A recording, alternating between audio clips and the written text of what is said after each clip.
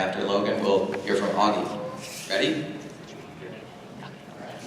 Okay, so my project was to build a cost-efficient go-kart, and I spent around 120 if you include the supplies that we already had. So the main part about this was to build a frame. So what we did was we cut the body to shape, and then we had to install walls, which was probably one of the hardest parts. The back part was the hardest because we had to screw it on there through the walls and through the bottom. The wheels were also hard. So what we did was we drilled the hole through here, and then we chiseled out a spot through here for the nut to go. So there is no axle in this. The wheels spin solely on the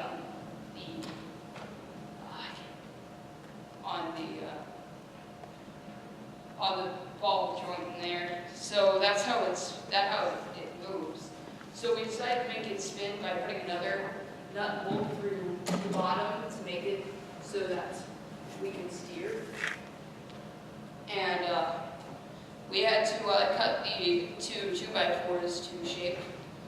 And so for the body, what we did was we got some really flexible wood, and we had to screw it, clamp it, and use wood glue to get it in there. The body over here, there's this support piece of wood here that's 3/4 thick, and then there's the back, which is also rounded. So we used auto body putty to make the body super smooth, and we had to cover up the nails with that. On the bottom, there is a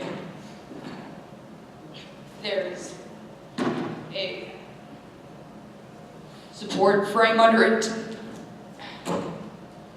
and on the inside, there is another support frame right up here.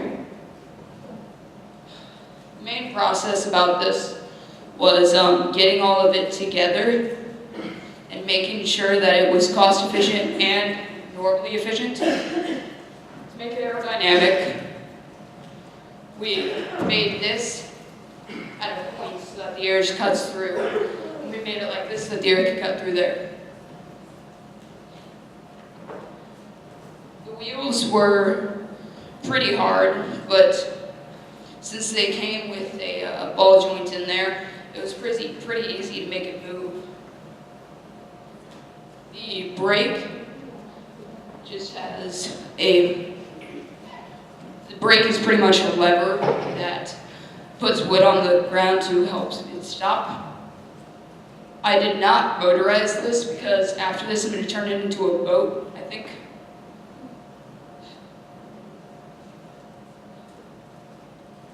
And then I was going to try to float it, and I would post that on my blog as well. I'll also be putting a video of me test driving it on a blog. So getting into details about applying the walls. I had to screw this in to the wood that's on the inside of here, and we put auto body putty over that and sanded it so that you can't really see the screws. Getting the top one was also pretty hard. So there are 3 pieces of wood that we cut and glued together to there so that we can put this on and screw it in. And then we screwed this into some pieces of wood that are in here, which are the kind of things you put on shelves.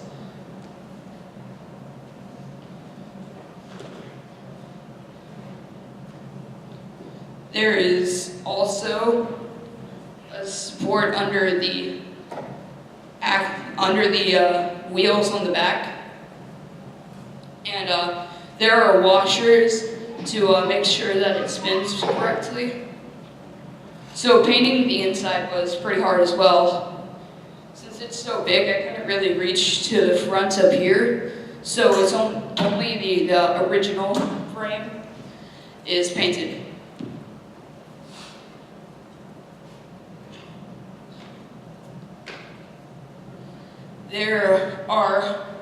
There's a block of wood on the inside here so that we could screw this on there. And this is screwed into the support frame here. So rounding it, we put part of the very flexible wood here, and we screwed it into the back, and then screwed it here, and covered it up with auto body putty. We sanded this down a lot to make sure that it was round. And as well as this having auto body putty to make it flat, we also had to use 2 pieces of wood for the brake. So we carved out the inside of this, and then stuck the piece of wood in there. Then we sanded it down after putting auto body putty and wood glue and screws in there. And without this, we had to use our drill press to get this in there.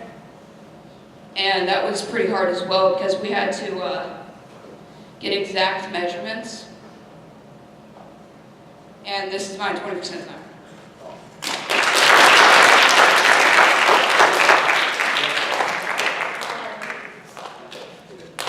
All right, next up is Augie.